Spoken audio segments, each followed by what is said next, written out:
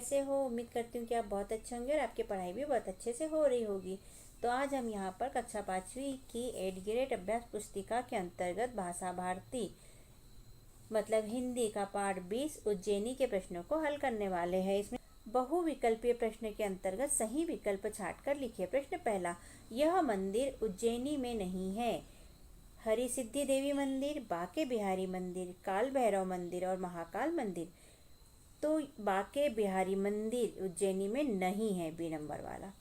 प्रश्न दूसरा, सम्राट विक्रमादित्य द्वारा विक्रम संवत शुरू किया गया था। ए 87 ईस्वी पूर्व, बी 23 ईस्वी पूर्व, सी 57 ईस्वी पूर्व और डी 43 ईस्वी पूर्व। तो इसका सी ऑप्शन सही है, 57 ईस्वी पूर्व। प्रश्न नंबर 3, संस्कृति के प्रसिद्ध कवि जिनके काव्य ग्रंथ प्रसिद्ध रहे हैं। सांदीपनी जी, भर्तृहरि जी, जयशंकर प्रसाद जी और जयसिंह जी। तो इसमें बी नंबर सही है, भर्तृहरि जी। प्रश्न चौथा, उज्जैन में राजा जयसिंह द्वितीय ने क्या बनवाया था। वेधशाला, किला, मंदिर या गंगा घाट। तो यह है ए नंबर का सही है, वेधशाला। प्रश्न पांचवा, बड़े बड़े यंत्र बने हैं। वाक्य किस काल के लिए प्रयोग हुआ है। भविष्य काल, भूतकाल, वर्तमान काल और कोई भी नहीं। तो सी नंबर का सही है, वर्तमान काल के लिए उपयोग हुआ है। नीचे दिए गए प्रश्नों में से उचित शब्द चुनकर इस स्थान की पूर्ति कीजिए। यहाँ पर कुछ शब्द दिए हैं। सांदीपनी जी, पुनरुक्त, कलकल, डायरी, निबंध, वर्तमान काल, भूतकाल और यहाँ पर एक हम लिखेंगे महाकाल। इन्हें खालिस्तान में हमें भरना है। तो प्रश्न छठवां, अपनी भावनाओं और अनुभव का प्रतिदिन लिखना खालिस्तान लेखन कहलाता है। डायरी। प्रश्न सातवां, यहाँ ये गलत है, इसे नहीं लिखना है। छिपरा कलकल बहती है में रेखांकित शब्द मतलब कलकल खालिस्तान है। तो यह है पुनरुक्त शब्द, ये वाला पुनरुक्त यानी पुनः आया यानी बार बार आया, पुनरुक्त लिखेंगे यहाँ। आठवां प्रश्न, श्री कृष्ण और बलराम के गुरु खालिस्तान थे। सांदीपनी। प्रश्न नौवां, वह मेला देखने गया था। वाक्य खालिस्तान का उदाहरण है, भूतकाल का उदाहरण है। प्रश्न 10वां, उज्जैन में प्रसिद्ध खालिस्तान मंदिर है, महाकाल मंदिर है। तो महाकाल नहीं दिया है, इसलिए हमने ये महाकाल यहाँ पर ऑप्शन में लिखा है। ठीक है, और यहाँ पर पुनरुक्त लिखना है। अति लघुत्तरीय प्रश्न के अंतर्गत एक शब्द एक वाक्य में उत्तर लिखिए। प्रश्न 11, महाकाल मंदिर कहाँ है। तो इसका उत्तर उज्जैन में महाकाल मंदिर है। प्रश्न 12, महाकाल विक्रमादित्य के दरबार में कितने रत्न थे। उत्तर, महाकाल विक्रमादित्य के दरबार में 9 रत्न थे। प्रश्न 13, दर्शनीय एवं भव्य शब्दों के अर्थ लिखिए। तो दर्शनीय मतलब देखने योग्य और भव्य यानी सुंदर। प्रश्न 14, कल पानी बरसा था। वाक्य से क्रिया शब्द छाट कर लिखिए। तो इसमें क्रिया शब्द है बरसना।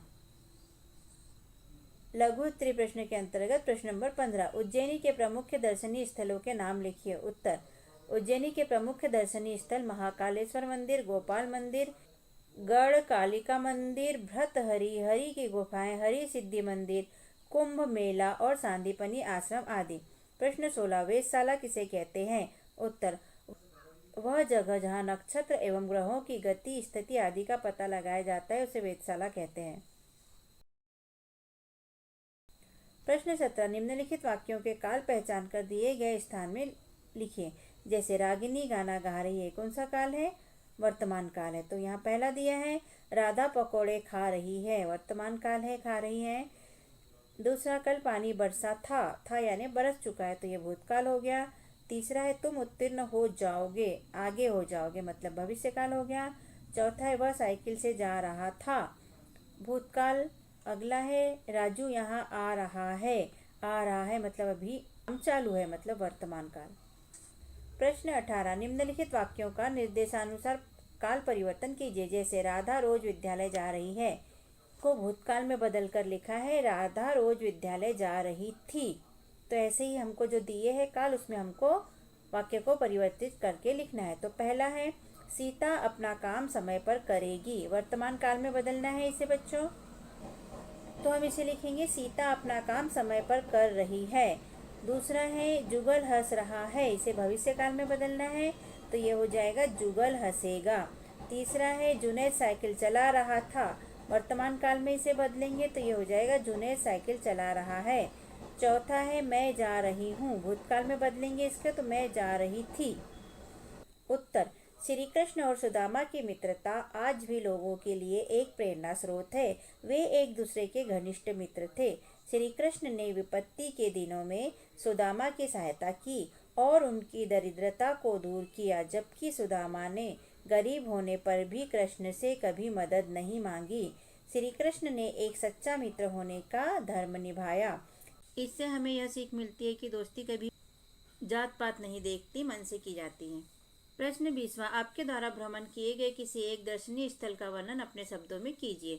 तो उत्तर में दर्शनीय स्थल लिखा है हमने पचमढ़ी। पहला, पचमढ़ी भारत के मध्य प्रदेश राज्य के नर्मदापुरम जिले में स्थित है। दूसरा, यह एक पर्वतीय स्थल है। तीसरा, इसे लोग सतपुड़ा की रानी भी कहते हैं।